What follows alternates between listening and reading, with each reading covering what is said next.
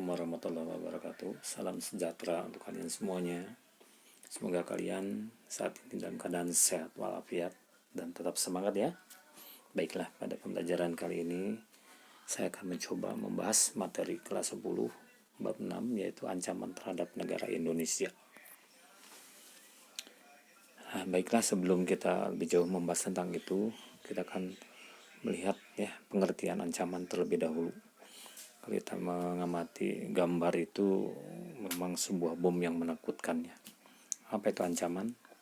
Ancaman merupakan setiap usaha dan kegiatan baik dalam negeri maupun luar negeri yang dinilai dapat membahayakan kedaulatan, keutuhan, dan keselamatan suatu negara. Nah, kalau kita melihat melihat ancaman ini terbagi atas jenisnya, sumbernya, dan bentuknya. Nah, untuk menjelaskan hal ini nanti ada pembahasannya pada pembahasan berikut. Kita akan coba dulu melihat bagaimana posisi strategis Indonesia. Posisi Indonesia yang strategis serta kemajemukan Indonesia membuat Indonesia rawan berbagai ancaman dari berbagai pihak. Nah, ini adalah bentuk ancaman terhadap negara Indonesia. Ya. Ada ancaman menurut Undang-Undang Nomor 34 Tahun 2004, nanti akan dijelaskan. Kemudian ancaman yang berupa disintegrasi, perpecahan, ancaman globalisasi yang diakibatkan oleh kemajuan pesat ilmu pengetahuan dan teknologi, kemudian ancaman memudarnya kesadaran terhadap nilai-nilai budaya bangsa.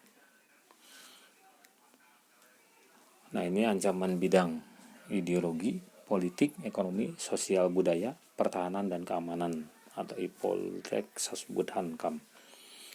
Nah, di dalam buku putih Pertahanan Indonesia tahun 2015 menyatakan bahwa berdasarkan jenisnya, ancaman digolongkan ke dalam 3 hal.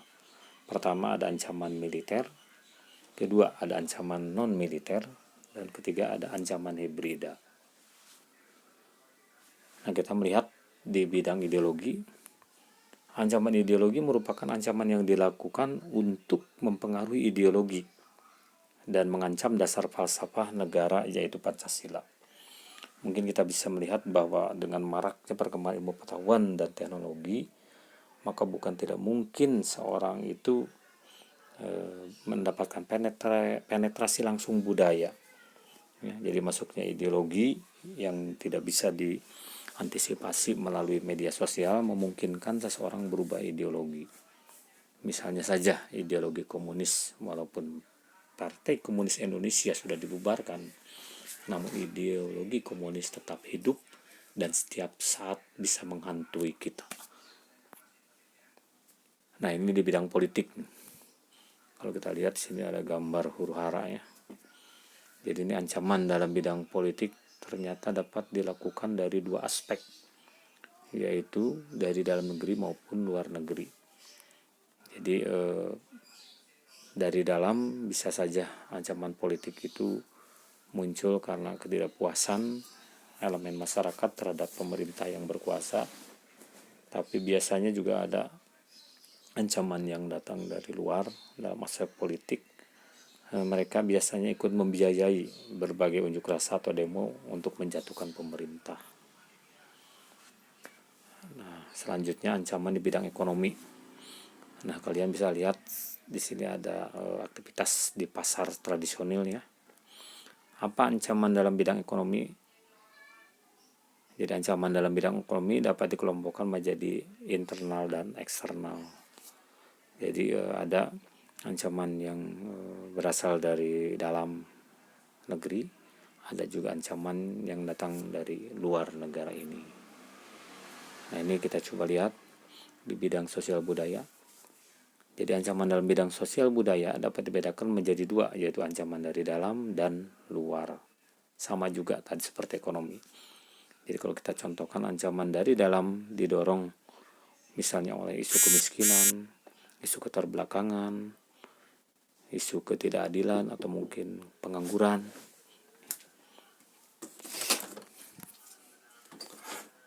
Selanjutnya di bidang pertahanan. Ancaman terhadap pertahanan meliputi perang tak terbatas, konflik perbatasan, dan pelanggaran wilayah. Nah, ini adalah peran serta masyarakat untuk mengatasi berbagai ancaman dalam membangun integrasi nasional. Bhinneka Tunggal Ika adalah semboyan negara sebagai modal untuk bersatu. Jadi semboyan ini bisa menjadi semangat kita untuk terhindar dari ancaman disintegrasi. Setidaknya dengan kita menguatkan diri dalam persatuan budaya, insya Allah kita bisa tetap bersatu. Nah, untuk menjaga keutuhan NKRI dan mengatasi berbagai ancaman yang dapat mengganggu dan membahayakan kelangsungan hidup masyarakat harus ikut berperan serta aktif dalam membangun integrasi nasional. Jadi peran serta masyarakat untuk mengatasi berbagai ancaman dan membangun integrasi nasional, pertama dengan menjaga wilayah. Ya, saya coba ulangi lagi. Peran serta masyarakat untuk mengatasi berbagai ancaman demi membangun integrasi nasional adalah menjaga wilayah dan kekayaan tanah air Indonesia. Kemudian yang kedua, menciptakan ketahanan nasional. Ketiga, menghormati perbedaan suku, budaya, agama, dan warna kulit. Dan yang keempat, mempertahankan kesamaan dan kebersamaan. Kelima, memiliki semangat persatuan yang berwawasan Nusantara. Dan keenam, mentaati peraturan. Mungkin kita tahu bahwa peraturan yang dimaksud bahwa di tengah masyarakat ada norma, baik itu norma agama ya, yang bersumber dari Tuhan, ada norma kesusilaan yang bersumber dari kata hati, dan ada norma kesopanan yang bersumber dari masyarakat, dan ada norma hukum yang bersumber dari negara. Jadi keempat norma ini wajib ditaati dan dipatuhi demi kita terbebas dari ancaman yang bersifat nasional. Rasanya itu saja, tidak banyak yang saya sampaikan pada materi bab 6 ini. Mudah-mudahan walaupun sedikit materi yang disampaikan, namun cukup memberikan wawasan dan pengetahuan kepada kalian semuanya. Terima kasih, mudah-mudahan kalian bisa tetap mengikuti pembelajaran pada video berikutnya. Wabillahi taufiq wal hidayah. Assalamualaikum warahmatullahi wabarakatuh.